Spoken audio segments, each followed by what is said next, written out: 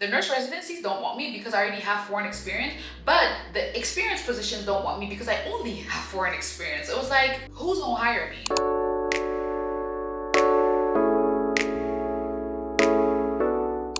Hi guys, welcome back to my channel. It's your girl Yaya, and today we're going to be talking about a question that I get a lot of DMs and private messages about, and that is the topic of how I was working as a nurse in Japan, how I started, how I got into it, how I got to Japan, how I was able to find a job in Japan, how I was able to work as a nurse in Japan, period. I made 2 videos about this topic already. The first video was made about why I'm not working as a nurse in Japan, and then literally a year later, or maybe a bit more than a year later, I started working as a nurse in Japan. And so I made another video like, hey guys, actually, I'm working as a nurse in Japan right now. So those are the 2 previous videos that I've made before. So if you haven't watched those videos, stop this one right now. Go watch those 2 videos first and then come watch this video. I promise you those videos have the answers to all your questions. But before you do that, let me just say, if you're not subscribed to my YouTube channel, go ahead and subscribe to my YouTube channel. And after you've subscribed, hit that bell notification button so you're always notified every time I post something new. And just as a little side note, because I do get over the years since I've made my first, why I'm not working as a nurse in Japan video, I have gotten countless DMs asking me questions related to that video. I'm gonna tell you guys something. I do not respond to those DMs. And I don't respond to those DMs for 2 reasons. One, I'm a YouTuber. I am trying to become a successful YouTuber. And in order to become a successful YouTuber, your video has to, get a lot of likes, get a lot of, subscribes from it, get a lot of comments from it. So most of the questions are asking the same thing. So it's like, I'm not, if you ask me a question in my DMs, or if you've asked me a question in my DMs about working in Japan in the past and I've never responded to you, that's why. Ask it in my comment section, you will get a response, I promise you. So yeah, before I even go ahead and tell you the differences between working as a nurse in Japan and working as a nurse in the US, I'm just gonna tell you guys now, if you have any questions, please ask it in the comment section. Unless it's like a really sensitive question. All right, so let's get into today's video. So I have worked as a nurse in Japan and I'm currently working as a nurse in the United States. So I'm gonna be talking about some of the similarities and differences. And before I get into it, because I know somebody's gonna say it, in Japan, I did not work inpatient. What does that mean? I did not work in a hospital. Why didn't I work in the hospital? Because I was not licensed to work in a hospital. And again, I have gone through all of this in my first and second videos. So I'm not really gonna be going too much into the details because there's already videos for that. But in America, I am working inpatient. I'm working inpatient because I'm licensed to work inpatient. So that's already a difference right there. In Japan, I worked as a school nurse. In America, I'm working as an ICU nurse on a cardiovascular unit. And in Japan, because I worked as a school nurse, I worked with the pediatric population. I worked with kids to teenagers. And in America, I'm actually working in an adult unit. So I'm working with 18 and up, basically. Now let's talk about actually getting the job. Getting the job in Japan was actually easier than I thought it was gonna be. Again, already addressed in a previous video, but it took me so long to get the job because I didn't even know that that was an option for me. Again, my first video, I didn't think that I was able to work as a nurse in any capacity in Japan without having followed the steps that the Japanese government requires for you to follow in order for you to be licensed to practice as a healthcare giver professional in their country. So I didn't even think this was an option. But when I found out that it was an option, it was so easy to get the job. Literally, I had applied for 2 school nursing jobs. Both of them offered me the job, and I literally just picked which one paid me higher. I don't know if it's that there is not enough foreign nurses in Japan, or again, they were just like me, possibly not knowing that that's an option for them. You can work as a school nurse in Japan without being licensed as a Japanese registered nurse and going through their process. You can have your licensure from whatever country that you're coming from. Because right now I'm a US RN, I'm a board certified RN in the United States. But before that, I just had my bachelor's of science in nursing and I was a certified nurse in Cameroon. So from whatever country you're coming from, if you're already in Japan, now that's the caveat. Again, already addressed in another video. That's the caveat. You already have to be in the country to apply for the job. They will not sponsor you from abroad because there's already so many options in the country. They can literally just get a Japanese nurse who speaks English. You know what I mean? So it's not worth the hassle, the immigration struggles, the financial burden to bring a school nurse from a foreign country. So again, that's something that I had on my side. I was already in the country. Now, finding a job in the United States, that was a whole different ballgame. You can't work in a nurse, I don't think, in any capacity dealing with any kind of sort of direct patient care without being board certified, either as an RN or an LPN, or I think those are the two options when it comes to nursing. So when I came here, my goal was to get my RN, and I can do a separate video of the process that I went to study, write, pass, and get my first nursing job. But basically it was not easy. I ran into two big struggles after I had passed my NCLEX. So I'm in Texas. In Texas, when you graduate from nursing school, you go through a nurse residency program.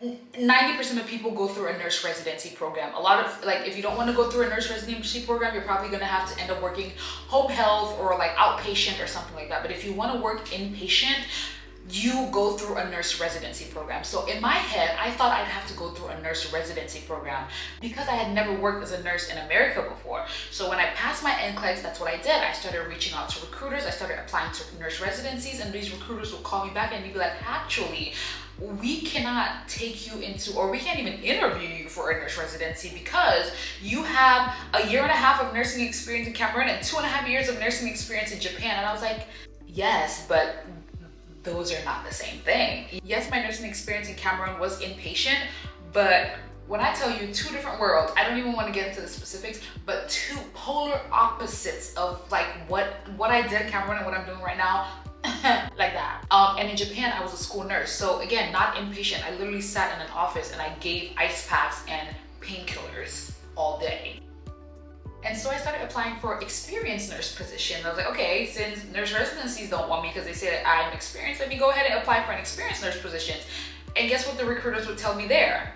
Oh, we can't hire you because even though you have experience, you only have foreign experience, you don't have any US experience. So I was like, the nurse residencies don't want me because I already have foreign experience, but the experienced positions don't want me because I only have foreign experience. It was like, who's gonna hire me? And it's just, you know, thank God to the power of yapping, because I literally was just yapping and complaining, and I was like, okay, I'm stuck in this place where I have this license and nobody wants to hire me because either I have too much experience for them or I don't have enough of the relevant experience for them. What am I supposed to do? And I did not want to work home health. I did not want to work anything that was not inpatient because I have goals for myself. There's certain things that I want to do for myself, and those things include me being in an inpatient setting. So that's what I was going for. I was not, people were like, oh, just start with home health and then, nah. Because when you start with home health and you want to go inpatient, they're still going to tell you that you don't have any inpatient experience. So honestly, I was just applying, I was reaching out to people, and just like that, I was able to connect with a recruiter through Facebook, y'all. I'm a Facebook auntie to my core. And she's like, hey, if you're interested in blah, blah, blah,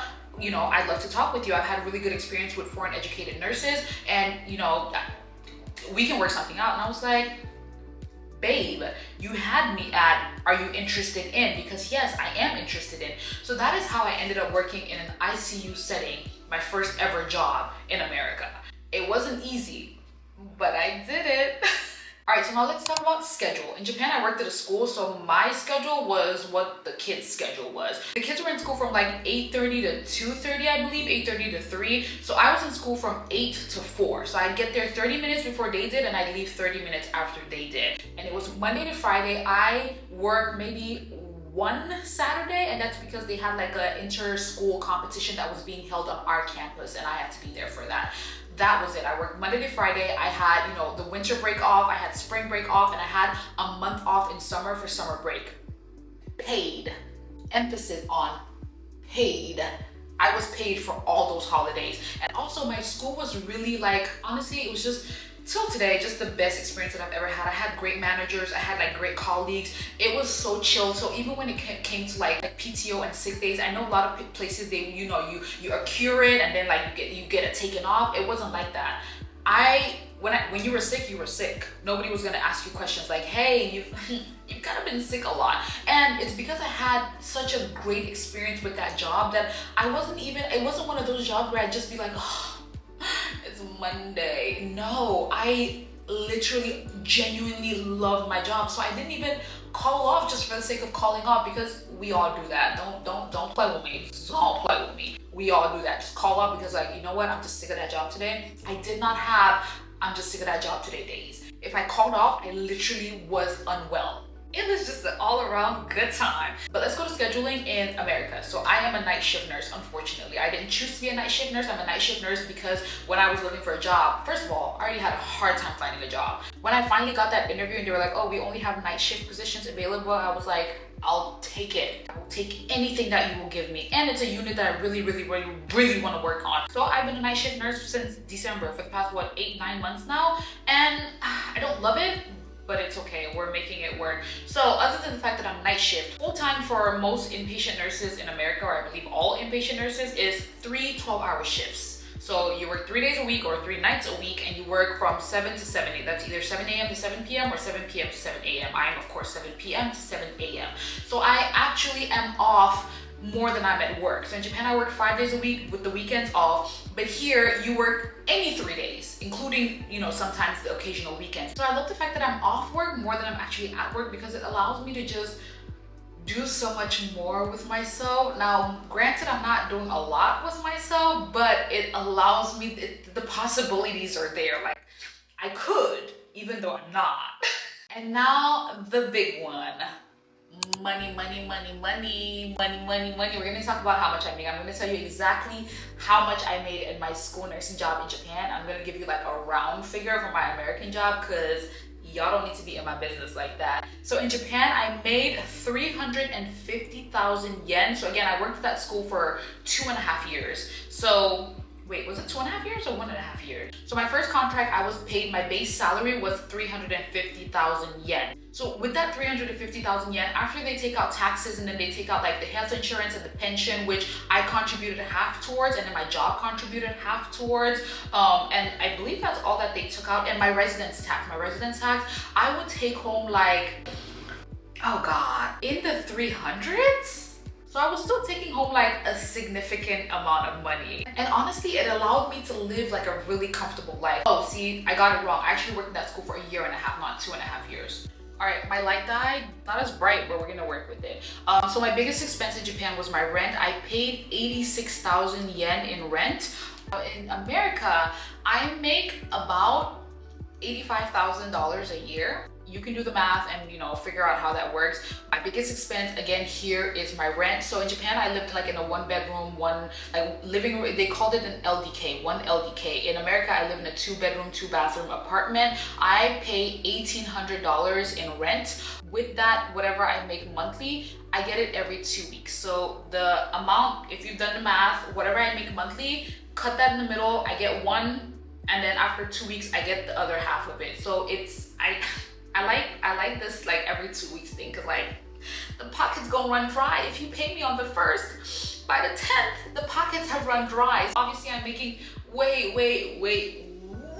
more money in America. So there's that. But yeah, I think I've touched on like the big differences with working as a nurse in Japan and working as a nurse in America. Obviously the settings in which I worked in, how much money I made, my scheduling. And then another thing, like in Japan, I was the only school nurse. So it was a school of like 500 individuals. I was the only school nurse, but in my unit, there's like 50 of us, because obviously it's not one nurse for all the patients on the unit.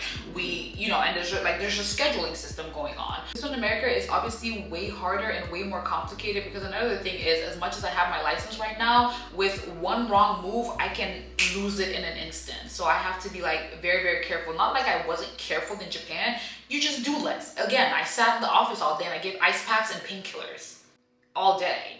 I feel like I've covered the main things, honestly. Again, if you have any questions, please ask it in the comment section. I love you guys so much, but that helps me, it helps you, and it helps other people who might have the same question that you have. So please ask it in the comment section. And again, if you've not subscribed to my channel, go ahead and subscribe to this channel. If you guys are interested to hear more about like my experiences working as a nurse, or like my transition from nursing in Cameroon to Japan to America, because actually I've worked as a nurse in Cameroon as well. That's where I started my nursing career. So at this moment, I've actually worked as a nurse in 3 different countries: Cameroon, Japan, and America. I think we're done. Go ahead and subscribe to my channel. Go ahead and follow me on Instagram, follow me on TikTok, hit the bell button so you're notified every time I post a new video. But until next time, bye.